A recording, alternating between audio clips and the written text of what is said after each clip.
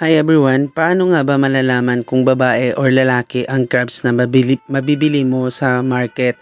So ayan, may crab ako dito guys, ipapakita ko sa inyo kung paano nga ba siya malalaman kung babae or lalaki ang crab na hawak nyo. So ayan, ito crabs guys, hindi ito siya mud crab. So ayan, pag nakikita nyo guys, pag patulis yung shape na nasa likod niya ay isang lalaki. Yung paraket na shape guys. So, kita nyo yan. Ang ganitong crab is lalaki. Kaya patulis. So, ilalapag muna natin. Then, ang crab naman ito ay isang... So, guys, bali nakita nyo guys. So, same lang sila pag nasa patalikod yung crab. O, same lang yung feature nila. So, hindi mo talaga ma-distinguish.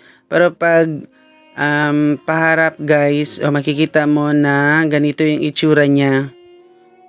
So, pag pabilog guys, yung crab is babae yung crab na hawak nyo. So, ganito yung guys, oh.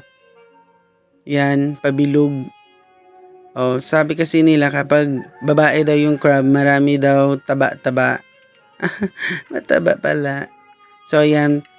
Makikita nyo guys sa sample na ito, pag babae is pabilog yung shape.